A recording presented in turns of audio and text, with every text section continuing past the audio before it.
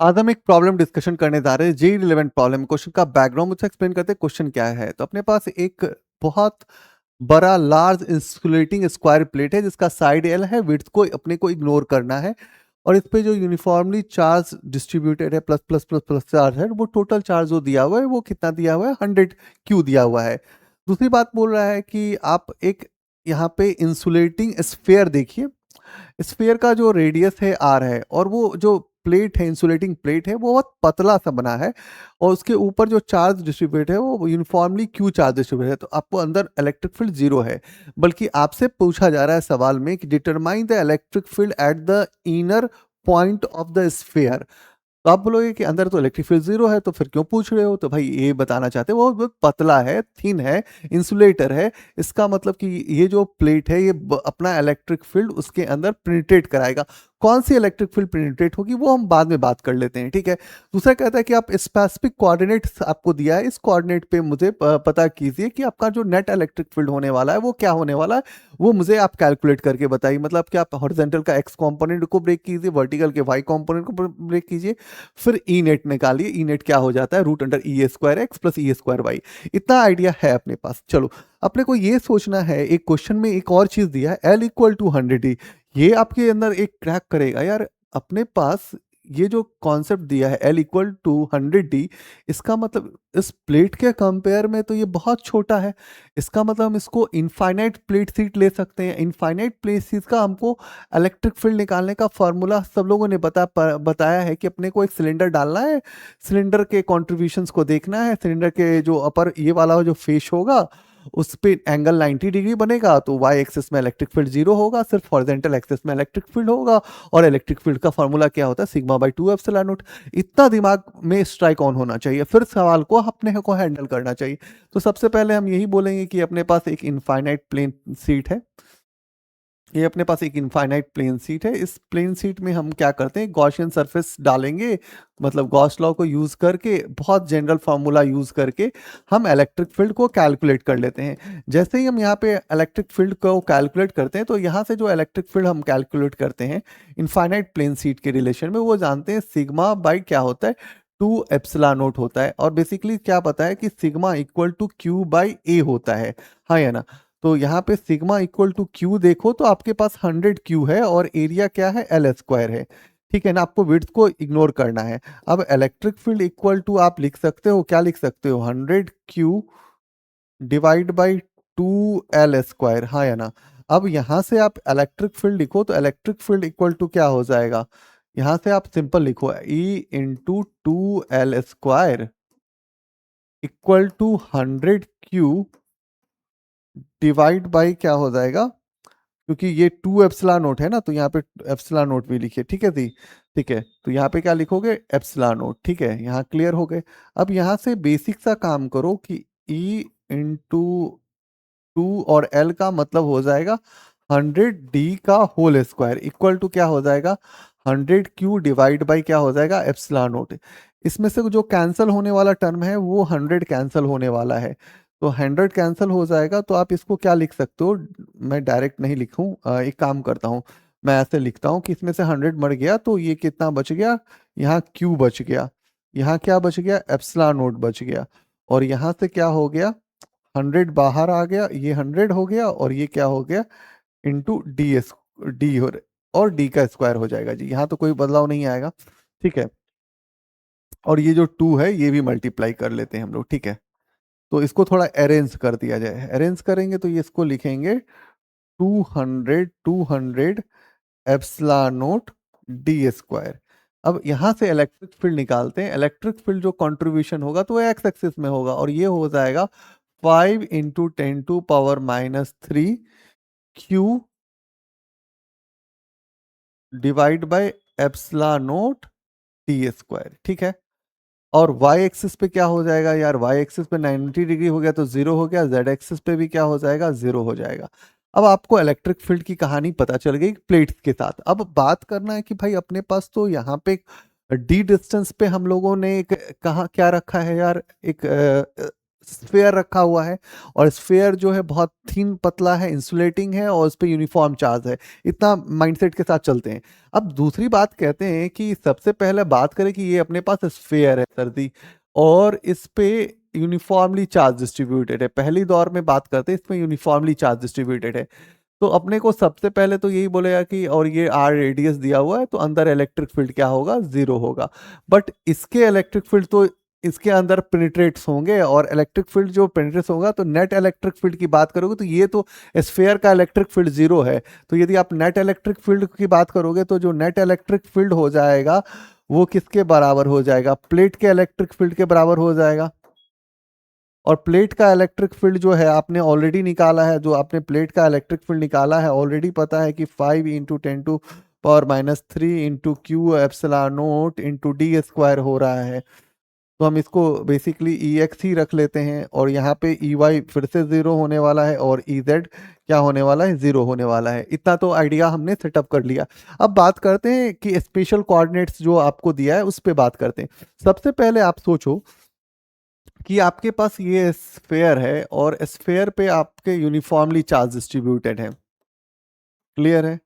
आपके जो एकदम गॉस के जो नेचुरल कॉन्सेप्ट होते हैं ये यूनिफॉर्मली चार्ज है। तो मुझे ये डिस्टेंस तो पता है कि ये डिस्टेंस आपने बोला है कि आर डिस्टेंस है। एज्यूम करो कि मेरे को यहाँ पे कहीं पे कैलकुलेट करना है इलेक्ट्रिक फील्ड, तो आप क्या करोगे, यहाँ से गॉसियन सरफेस ड्रॉ करोगे इस तरह से। आप एक गॉसियन सरफेस बनाओगे, मान लो कि ये एक्स डिस्टेंस आपने बोला है। अब यहाँ यदि आप इलेक्ट्रिक फील्ड कैलकुलेट करोगे तो इलेक्ट्रिक फील्ड आता क्या है, 1/4πε0 क्यू बाई ये जो डिस्टेंस है एक्स स्क्वायर। तो आपको फील होगा कि ये पॉइंट चार्ज का है। और जब आप इलेक्ट्रिक फील्ड को यहाँ पे लिख रहे थे, इलेक्ट्रिक फील्ड इक्वल टू σ/2ε0 जब लिख रहे थे प्लेट पे, तो यहाँ देखो कि ये आर से इंडिपेंडेंट है। तो अपने को दो चीज स्ट्राइक करना चाहिए यार, अपन तो अभी यही काम यहाँ पे लगाए, तो इसको ऐसा सोचें कि ये जो अपने पास सेल थ्योरी है, तो अपने को पता है कि अब सारा का सारा चार्ज जो होगा वो कंसंट्रेटेड हो जाएगा सेंटर पे, और वो एक पॉइंट चार्ज की ट्रीट करेगा।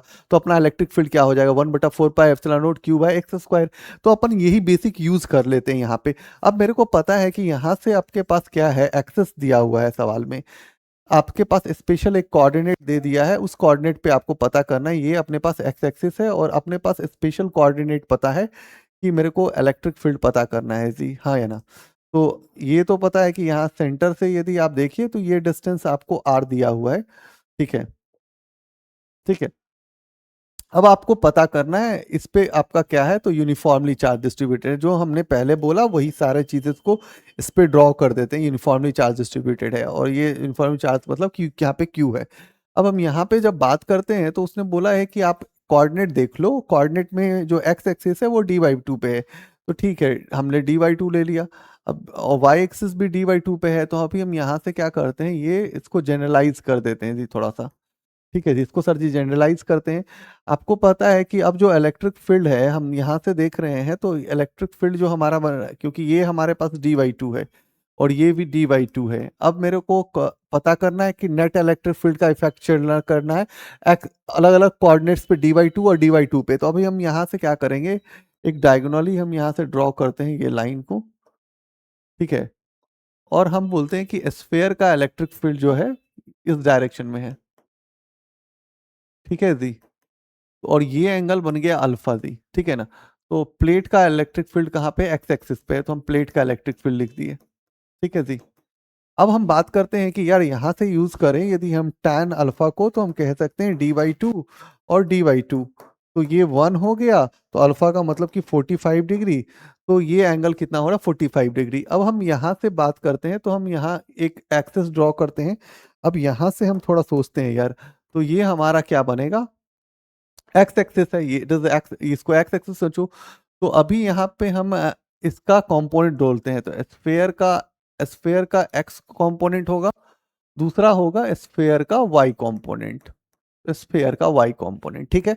अब आप देखना चाहते हैं कि आपको तो पता करना है नेट इलेक्ट्रिक फील्ड, तो आपको एक्स और वाई दोनों निकालना पड़ेगा जी। हाँ सर जी, अब दोनों निकाल लीजिए आप। तो मैं ये सोचता हूँ कि एक्स एक्सिस पे मेरा क्या हो रहा है, क्योंकि एक्स एक्सिस को आप देखो तो प्लेट का देख रहे हो, तो ये प्लेट का एक्स एक्सिस देख रहे हो और स्फेयर का एक्स एक्सिस देख रहे हो, स्फेयर का एक्स एक्सिस देखते हो, तो ई एक्स यदि आप निकाल रहे हो तो प्लेट का कितना दिया हुआ है, तो प्लेट का दिया है sir ji 5 × 10⁻³ into Q divide by epsilon not into D square. अब रहा कि सर जी स्फेयर का क्या होगा ये बता दो, तो स्फेयर का इलेक्ट्रिक फील्ड कैलकुलेट कर सकते हैं। तो अब यहाँ से यदि हम पैथागोरस निकालें तो ये पैथागोरस के हिसाब से क्या आ जाएगा जी, पैथागोरस के हिसाब से कितना आ जाएगा, d/4 प्लस d²/4, तो ये कितना हो जाएगा जी 2d²/4। इसका मतलब ये हो जाएगा कट के, ये हो जाएगा d²/4 हो गया ना, ये तो 2 हो गया, हाँ हाँ ना जी, हाँ। तो ये क्या हो गया, d√2 हो गया। अब आप क्या कीजिए, इसको √2 से और √2 से मल्टीप्लाई कर लीजिए, तो ये क्या हो जाएगा d√2 बाई ये हो जाएगा। तो ये डिस्टेंस जो आप लिखोगे क्या लिखोगे, d/2√2। अब इलेक्ट्रिक फील्ड जो ये फार्मूला है यहाँ से तो आप बना ही सकते थे, तो इलेक्ट्रिक फील्ड का फार्मूला क्या है, 1/4πε0 क्यू हो जाएगा, क्यू 400 है, और आर स्क्वायर का मतलब हो जाएगा d/2 और इसका होल स्क्वायर। इसको ब्रेक कीजिएगा तो ये क्या हो जाएगा, q divide by 2πε0 d square. ठीक है, तो इलेक्ट्रिक फील्ड कितना हो जाएगा 0.159 क्यू डिवाइड और 0.059 क्यू, और ठीक है ना 2 पाई का वैल्यू ना एप्सिलॉन नोट और डी स्क्वायर। तो ठीक है, ये आपका जो इलेक्ट्रिक फील्ड निकल गया, ये किसका निकल गया जी, सर्दी स्फेयर का निकल गया। इतना थोड़ा फाइट ऑन कर सकते हैं, ये बेसिक फाइट ऑन करना भी चाहिए आपको। इस फाइट ऑन से फायदा क्या होगा कि आपका काम बन जाएगा। तो ये काम आप जब निकाल लीजिएगा तो अब यहाँ पे स्फेयर का लिखिएगा तो कितना लिखिएगा जी, यहाँ पे माइनस लिखिएगा 0.159 Q divide by epsilon note into D square. तो इससे क्या निकाल लीजिएगा, ई एक्स का वैल्यू निकाल लीजिएगा। अब ई वाई निकालिएगा तो क्या हो जाएगा, अब ई वाई का वैल्यू निकालिएगा तो साइन के साथ जाइएगा, यहाँ पे जो वर्टिकल है तो इसका मतलब यहाँ पे साइन बनेगा, साइन कंपोनेंट बनेगा। तो अब साइन कंपोनेंट के बाद आप जाइएगा तो स्फेयर का क्या लिखिएगा, ई स्फेयर का साइन कंपोनेंट। तो सिंपल सा है, यहीं पे डाल देते हैं यार, तो हम लिख लेते हैं स्फेयर, तो साइन कितना हो जाएगा जी 45 डिग्री। तो ई वाई स्फेयर का वैल्यू कितना निकाले हैं सर जी, 0.159 Q epsilon note into D square into sine 45 degree का मतलब 1/√2। ई वाई निकल जाएगा तो ई नेट निकालिएगा, तो ई नेट कितना हो जाएगा, E square x plus E square Y. इससे एंगल पता करना है, तो एंगल यदि tan फाई, यदि आप एंगल के बारे में जानते हो या अल्फा जो भी एंगल एंगल निकालना चाहते होंगे वो आप निकाल सकते हैं। ठीक है, तो एंगल्स का भी पार्ट आप हैंडल कर सकते हैं, आपको हैंडल करने तो दिया नहीं है तो आप इतना पे छोड़ सकते हैं अपना आंसर। तो आपको अपने कॉन्सेप्ट से थोड़ा भी इधर उधर नहीं जाना चाहिए, आपको अपने कॉन्सेप्ट्स के साथ पकड़ के रहना चाहिए। ठीक है ना, तो अब आप अपना कॉन्सेप्ट जान गए तो आप अपना हैंडल कर लीजिए कि क्वेश्चन को कैसे है बनाना है। तो इस सब क्वेश्चंस के अंदर आपको बेसिक अप्रोच ही बेस्ट होता है। जो जो आप सेल्स के बारे में जानते हैं, इंसुलेटिंग है, ये मेटल का होता तो अंदर इलेक्ट्रिक फील्ड घुसता ही नहीं यार, ये भी याद रखना होगा। मेटल का नहीं है अपने पास, ये बहुत थिन पतला है, इसीलिए इलेक्ट्रिक फील्ड इंटर किया, पेनिट्रेट किया। वाई और जी एक्सिस में इलेक्ट्रिक फील्ड जीरो था, तो सिर्फ एक्स एक्सिस का इलेक्ट्रिक फील्ड का कॉन्ट्रीब्यूशन हम देखेंगे। सर्टेन किताब वाइजेस देखो तो ये जो बुक है वो बहुत फेमस टाइटल है, देखो ये वाली बुक से मैंने ये क्वेश्चन चूज किया है।